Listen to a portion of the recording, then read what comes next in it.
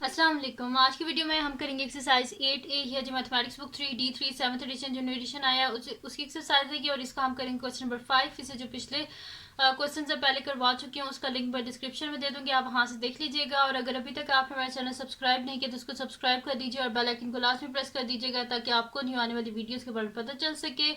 और जो मेरा सेकंड चैनल है जिसके बीच में मेरी कुकिंग की क्राफ्ट की रिडल्स की वीडियोस हैं उसका लिंक मैं डिस्क्रिप्शन में, उसको भी सब्सक्राइब कर दीजिएगा। और जो मेरी बहन का चैनल है उसका लिंक मैं डिस्क्रिप्शन में, उसको भी सब्सक्राइब कर दीजिएगा। तो स्टार्ट करते हैं। क्वेश्चन नंबर 5 हमारे पास है कि in the figure Q R S is a straight line. ये जो क्यू आर एस है ये एक स्ट्रेट लाइन है हमारे पास। Given that angle P Q R is equal to 90 degree. ये जो पी क्यू आर है ये किसके इक्वल है? स्ट्रेट लाइन है, 90 डिग्रीज के इक्वल है। P Q is equal to X centimetre, ये हमारे पास एक्स सेंटीमीटर है। क्यू आर जो है 40 सेंटीमीटर्स है और पी आर 41 सेंटीमीटर है। Find the value of X. इस एक्स की वैल्यू को हमने फाइंड आउट करना है। इजी सा तरीका है। राइट एंगल ट्राइंगल है, इसका मतलब है इसके ऊपर हम पाइथागोरस थ्योरम अप्लाई कर सकते हैं। पाइथागोरस थ्योरम हमारे पास क्या होता है कि लॉन्गेस्ट साइड यानी कि जो हाइपोटेन्यूज है इसका स्क्वायर किसके इक्वल होता है? बाकी दो साइड्स जो है उनके स्क्वायर के सम के इक्वल होता है। तो बस उसी तरह हम फाइंड आउट कर लेंगे। सेकंड इसका पार्ट है find the value of following. ये जो गिवन है इन सब की वैल्यूज को फाइंड आउट करना है, तो हमें फार्मूलाज पता है, इजीली हम लोग इनको फाइंड आउट कर सकते हैं। तो स्टार्ट करते हैं। इसका सबसे पहले ए पार्ट जिसमें हमने फाइंड आउट करना है एक्स की वैल्यू को। तो वो मैंने आपको बताया कि पाइथागोरस थ्योरम में क्या होता है कि लॉन्गेस्ट साइड का स्क्वायर किसके इक्वल होता है, यानी कि हाइपोटेन्यूज का स्क्वायर इक्वल होता है बाकी दो साइड्स के स्क्वायर के सम के इक्वल। तो यहाँ पे मैं लिख देती हूँ सोल्यूशन ए पार्ट और इसमें मैं लिख देती हूँ बाय पाइथागोरस थ्योरम।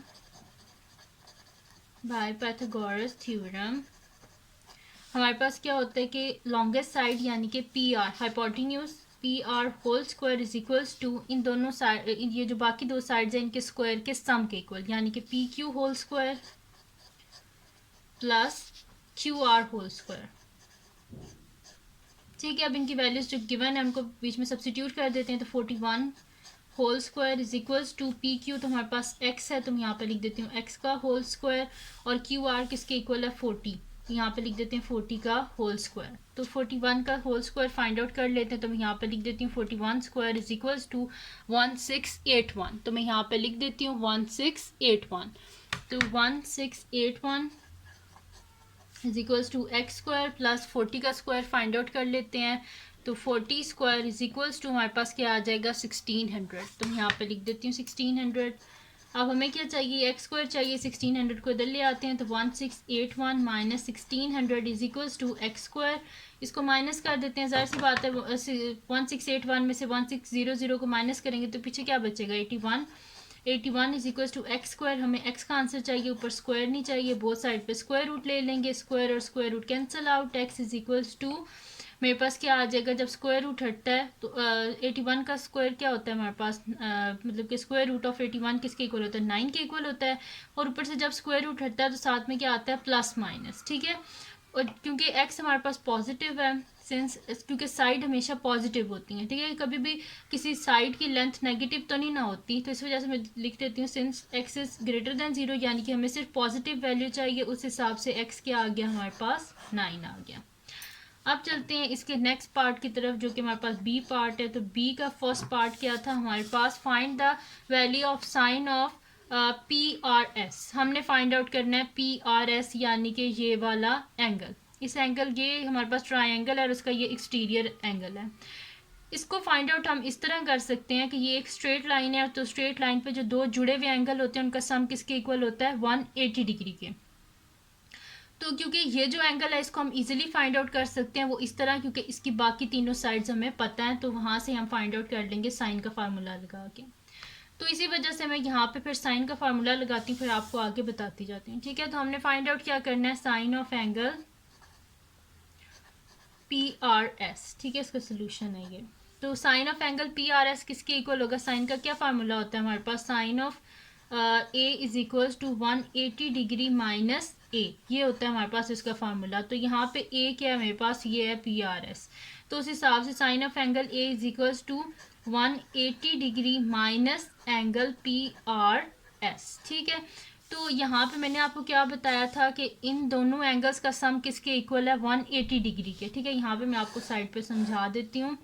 ठीक है, तो यहाँ पे क्या हो जाएगा मेरे पास कि ये मेरे पास जो एंगल है यहाँ पे ये एंगल मेरे पास क्या है, पी आर क्यू है, यानी कि पी आर क्यू प्लस ये वाला जो मेरे पास एंगल है P R S, P R S.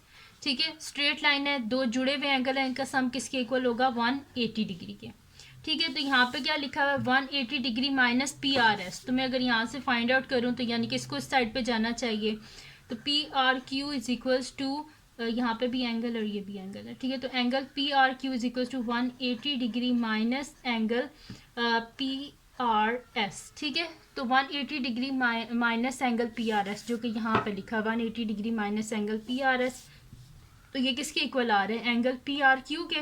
यानी कि जहाँ पे ये लिखा होगा मैं इसकी जगह लिख सकती हूँ एंगल पी आर क्यू, तो फिर यहाँ पे लिख देते हैं P R Q is equals to angle P R Q. ठीक है, ये आ गया मेरे पास। तो एंगल पी आर क्यू किसके इक्वल है, sine of angle P R Q. मैंने पीछे लिखा नहीं, यहाँ पे भी लिखना था मुझे, तो यहाँ पे मेरे पास आ जाएगा साइन ऑफ, ठीक है, और यहाँ पे भी आ जाएगा साइन। ठीक है, तो यहाँ पे मेरे पास आ गया जी साइन, तो ये मैंने लिख दिया यहाँ पे sine of angle P R Q, और यहाँ पे भी आएगा साइन आएगा। ठीक है, sine of A is equals to sine of 180 degree minus A, यह आ गया मेरे पास। अब हमने करना क्या है यहाँ पे कि यहाँ पे मैं लिख दूंगी एंगल पी आर क्यू है, तो पी आर क्यू है तो वो किधर है मेरे पास, यहाँ पे देख लेते हैं पी, ये है पी आर क्यू। ठीक है, ये मेरे पास पी आर क्यू, और साइन क्या होता है हमारे पास, साइन होता है यानी कि sine is equals to opposite over hypotenuse. ठीक है, तो यहाँ पे ये मेरे पास एंगल है, ठीक है, तो ये इसका ऑपोजिट हो गया, ये इसके साथ जुड़ी हुई साइड है,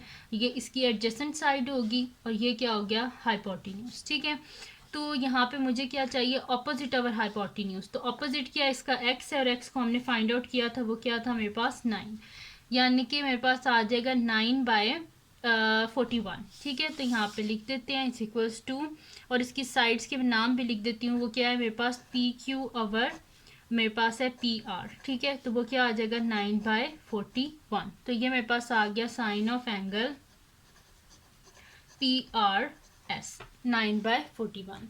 अब क्या फाइंड आउट करना है हमने आगे, हमने फाइंड आउट अब करना है इसका नेक्स्ट पार्ट, देख लेते हैं क्या है नेक्स्ट पार्ट हमारे पास, सेकंड पार्ट है इसका के सॉरी सेकंड पार्ट है cos of angle P R S. ठीक है, cos of angle P R S, तो वो हमारे पास क्या होता है कि कॉस मेरे पास किसके इक्वल होता है, cos of A is equals to -180 degree minus A. ठीक है, यानी कि कॉस ऑफ एंगल ए किसके इक्वल होता है -180 डिग्री माइनस ए के इक्वल होता है।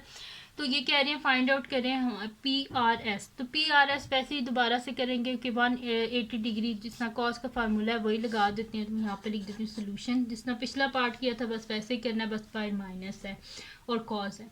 तो यहाँ पे मैं लिख दूंगी कि cos of angle P R S is equals to minus cos of angle किसके इक्वल होता है 180 डिग्री माइनस ए के, तो 180 डिग्री माइनस ए क्या है मेरे पास यहाँ पे पी आर एस। ठीक है, तो यहाँ से मैंने आपको बताया था ना कि 180 degree minus P R S जो है वो किसके इक्वल है, 180 degree minus angle P R S is equals to मेरे पास यहाँ पे क्या आ जाएगा पी आर क्यू।